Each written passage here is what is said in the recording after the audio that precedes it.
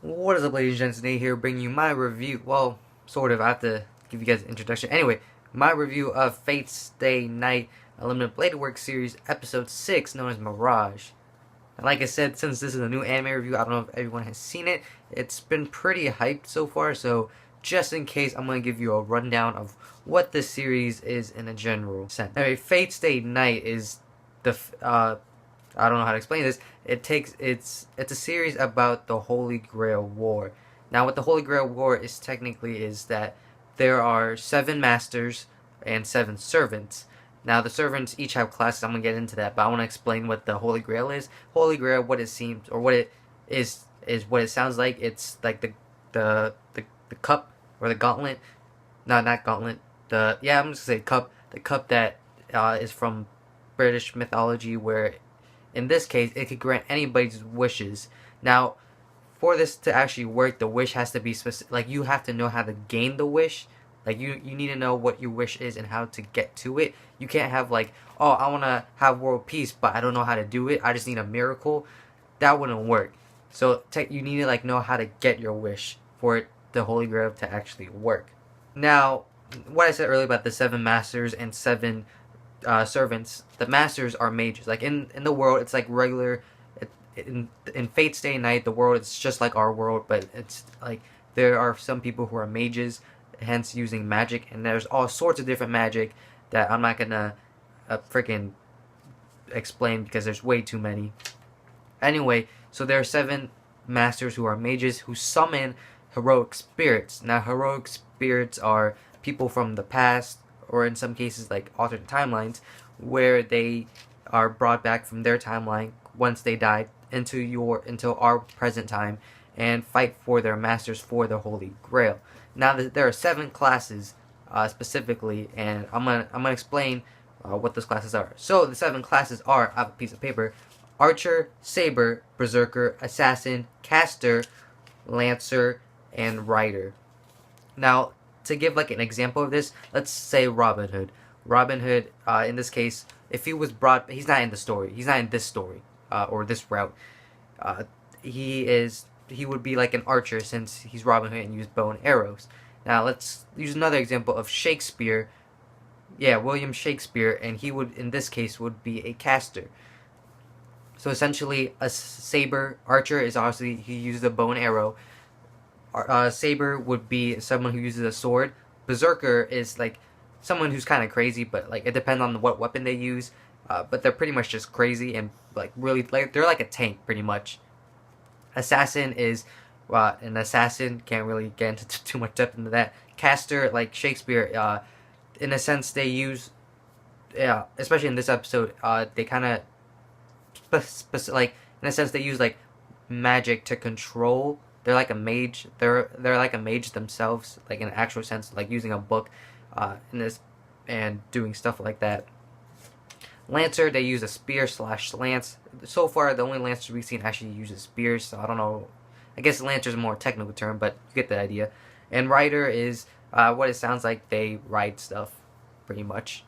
Anyway, I forgot to explain. Fate Stay Night is a visual novel. If you guys don't know what a visual novel is, it's kind of like The Walking Dead's Telltale game, where you kind of there's a story, you go down that story, and occasionally you kind of make choices that affect like which route you go in. And the Unlimited Blade Works route is the second route that's in the game that is being adapted, and then the third route, Heaven's Wheel, I believe, is going to be made into movie, and the first route was made into the anime like in 2006. There's also another series called Fate Zero, which is a prequel to this series. Would I recommend watching it? If you don't feel like going into the novel, then I recommend watching it because you see some stuff that makes sense here. But and for those, I don't want to be hated here because I'm not like 100% sure.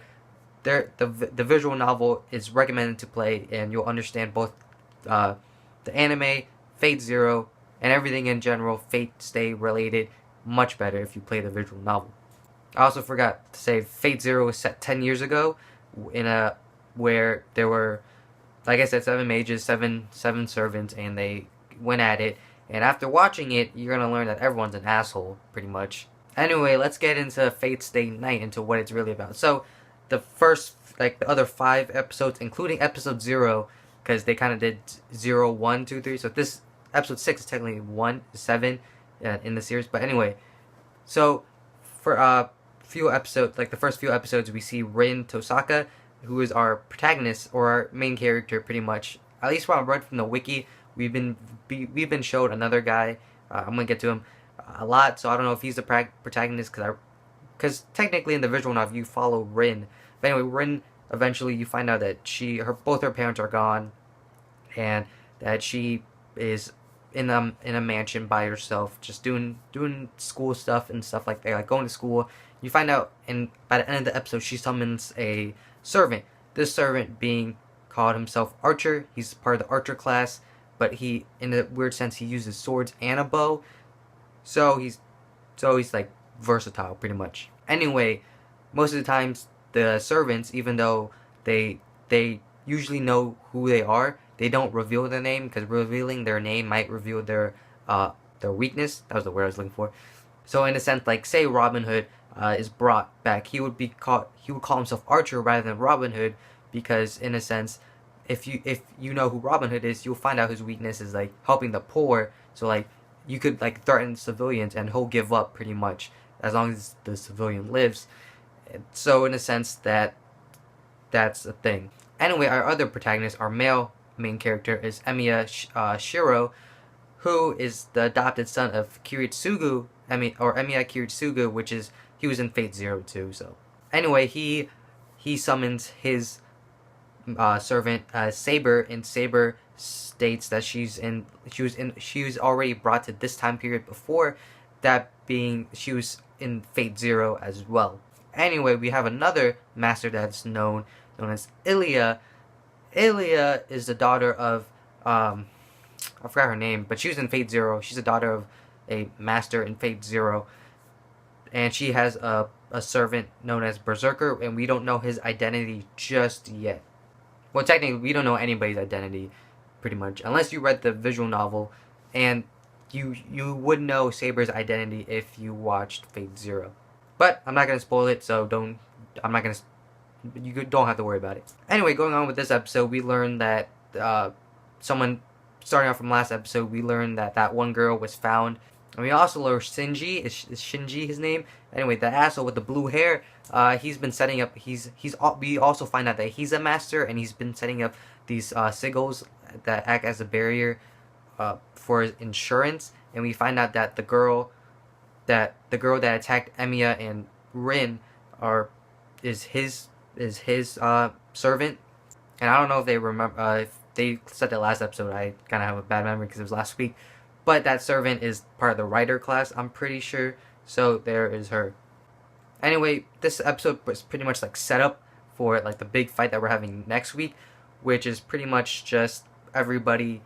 So I'm going to just talk about it before we get into the big section fight. Anyway, Emiya or Shiro tells Saber the alliance that he has with Rin, and how once they find out who the third master at the school is, they're gonna end the alliance. And besides from that, we learned that Rin has somewhat feelings for Shiro slash Emiya slash Shiro. I don't know what to call him, because like Emiya is like one of the characters' names in Fate Zero, but like everyone addresses him as Shiro, and addresses Shiro as Shiro or Emiya. So I don't know. I'm gonna call him Emiya since that's what name pops up first. Anyway, as Emiya is training, we learn more of his magic that he uses, which is I'm gonna call it the strengthening magic, where he's explaining to Saber that he also has feeling. It also looks like he has a thing for Saber. Emiya has this thing for Saber, but we learn that for his thing to actually work to like strengthen it,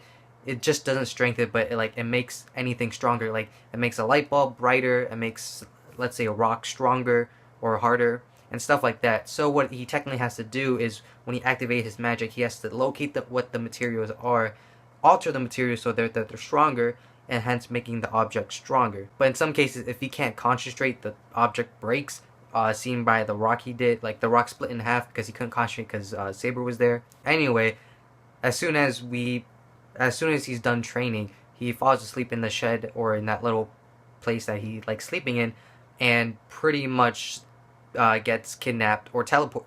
I don't know if he was teleported or kidnapped by the caster. And in last episode, we found out that like, there's a servant who's like taking like innocent people and robbing them of like their mana. So Emiya's all trapped and whatnot, and like in her strings. And we find out that she's trying to rob Emiya of his command seals. And we also find out that out of all the masters that are reviewed so far, that he's the weakest one, which sucks for Emiya. But Saber's on her way to save him. But like there's a barrier that kind of like denies access to the heroic spirits. But I don't know how she got in, but she somehow managed to go upstairs. But she's greeted by the assassin, which I'm assuming there's an alliance between the assassin master and the caster master. And so they're gonna, Assassin and Saber are gonna fight it out next episode, which I'm hyped for. And then as Caster is doing the little seal thing, or trying to take command seals, which I'm gonna explain because I just realized I didn't explain it yet, tries to take Emiya's command seals, Archer comes in and he just happened to pass him by. He shoots a bunch of arrows, getting rid of all the strings, and it looks like there's going to be a fight between Archer and Caster. Anyway, what command seals are there these little like imprinted tattoos on the master's hand. Now there's only 3 command seals, and these command seals make your servant must absolutely do what you say, no matter what it is. Like, you want to destroy the Holy Grail by using your command seal, you say like a sequence of words, you do it, and like that person has to, like the servant has to do it.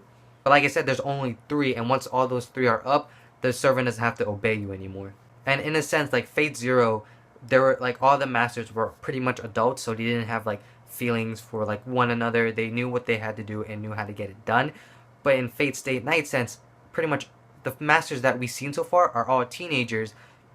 So meaning like they each have like feelings for one another. Like you see, like Rin has feeling towards what's his face, Emiya, and Sakura has feelings towards Emiya, and Ilya, that we haven't seen her as much, but I'm assuming like since she's older than Emiya, even though despite her age or her size.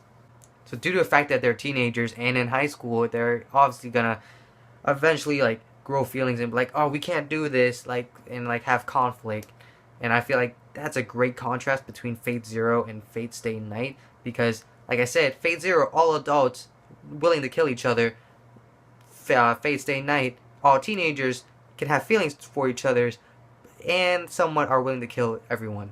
Anyway, that's pretty much what Fate Stay Night, the series, Fate Zero and all of that is in a nutshell, pretty much. Hopefully I got everything. If I didn't, let me know down in the comments if what I missed. Also, my grade for the episode, gotta give it an A-, because well, we get good progression, and thing about Fate Stay Night, it's animated beautifully. So I mean, like you can't disagree with that. So A-, we're gonna get like an amazing fight next episode, like 2 amazing fights next episode. So I'm pretty hyped about that. Anyway, thank you guys for watching. I'll see you guys all tomorrow for A Comic Get Killed, The Walking Dead, and Once Upon a Time. So I'll see you guys then. Bye.